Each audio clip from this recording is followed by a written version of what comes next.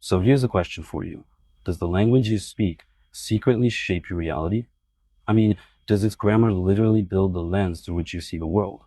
It's a huge, fascinating idea, and that's exactly what we're going to dig into today. Okay, let's start with what sounds like a kind of weird question. Just look at this key. Is it masculine or is it feminine? Now, if you're an English speaker, your first reaction is probably, what? It's an object. It's neither. And that's fair. But just hang on to that thought for a second. Because it turns out your answer might totally depend on the language you grew up with. See, in German, the word for key is grammatically masculine. And when you ask German speakers to describe a key, you get words like hard, heavy, and jagged. But in Spanish, the word for key is feminine. And Spanish speakers, they describe the exact same object with words like golden, intricate, and lovely. Wild, right? Now, this isn't just some cool party trick. It's a real concept called linguistic relativity. The theory is basically this. The very structure of your language, its rules, its quirks, its grammar, can subtly nudge how you think about everything. It doesn't track your thoughts, but it definitely steers them down certain paths. So you might be thinking, okay, that's a cool idea, but how do you actually test something like that? Well, a really clever study did exactly that by pitting two languages against each other to see if you could actually measure this effect. Let's get into the work of two researchers, Zoya Rezanova and Elizaveta Irshova. They focused on native speakers of Russian and Spanish, and these two languages, they were the perfect candidates. Why? Because for a whole bunch of common objects, they assigned the complete opposite grammatical gender. And what's so fascinating here is you can see just how arbitrary it all is. A chair, masculine Russian, but feminine Spanish. A violin, feminine Russian, masculine in Spanish. This really proves that the gender has nothing to do with the object itself. It's just a random rule of the language. So the experiment they came up with was, beautifully simple. First, they showed people a picture of an object, like a violin. Then they paired that picture with a photo of either a man or a woman.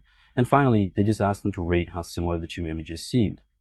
So you'd see a woman and a violin side by side, and you just get this one simple question. On a scale of 1 to 7, how similar are these? That's it. They didn't mention grammar, they didn't mention gender, they were just looking for people's gut reactions. And here are the results, clear as day. For the Russian speakers, remember, in Russian, violin is a feminine noun. They consistently said the congruent pair, the violin and the woman, were more similar. You can see that higher bar. And the non-congruent pair, the violin and the man, they saw them as less similar. It's like their language's grammar was whispering in their ear, guiding their judgment without them even knowing it. And the main takeaway here is that this wasn't just a coincidence. The results were statistically significant. It was real, measurable proof that for these Russian speakers, an abstract rule of grammar was actually changing how they perceived a connection between a person and a thing. But hold on, the story gets even better. What happens when you have two of these conflicting grammar systems rattling around inside the same brain? Well, this is where the experiment gets really interesting.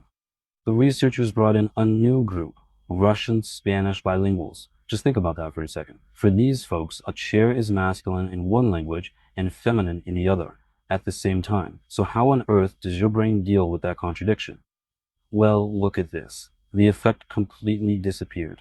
It just vanished. For the bilinguals who are constantly juggling these conflicting gender rules, the grammatical influence was totally neutralized. They rated the pairs pretty much equally, no matter if it matched the Russian gender or not. And the researchers' conclusion is so cool. They basically said that being bilingual gives you this sort of meta-awareness. Your brain kind of gets a peek behind the curtain and realizes, oh, these gender rules aren't deep truths about the world. They're just arbitrary rules of the game. And once your brain knows that, the power to shape your perception just fades away. Okay, so now that we've gone deep on grammatical gender, let's zoom out a bit. Because this isn't just some weird quirk about masculine chairs and feminine violins. This whole idea that language shapes thought, it pops up in some other really fundamental ways we see the world. Take color, for instance. Russian speakers have two completely different words for light blue and dark blue, and because of that, they're actually measurably faster at telling those two shades apart.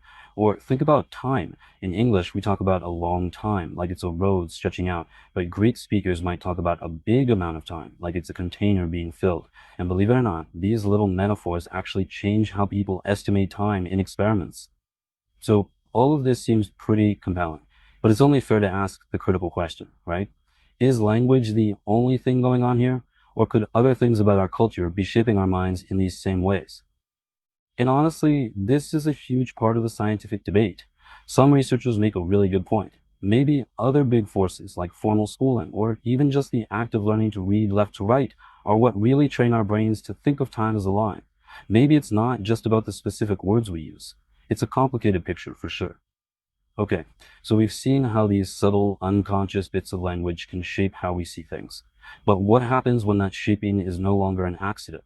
This is where we move from a cool academic idea to something with some pretty serious real world consequences.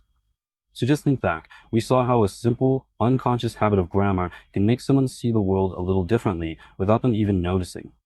Now take that idea and imagine the power of language when it's used on purpose, when it's carefully chosen to frame an issue, to nudge your thinking, and maybe even to manipulate your perception of what's true. This brings us right to this very modern, kind of scary term, post-truth. It's this idea of a culture where objective facts start to matter less than appealing to people's emotions. And in that kind of environment, the language used to frame something, the words picked to make you feel a certain way, can become way more powerful than the facts themselves. And this is the bottom line, the big connection. The very same brain wiring that makes a Russian speaker see a violin as a little more feminine is the exact same wiring that can be targeted by political messaging. Language can be crafted to sneak past our rational brain, to hit us right in the emotions, and to make us feel like something is true no matter what the facts say. It's a pretty powerful and maybe even a little unsettling idea to end on.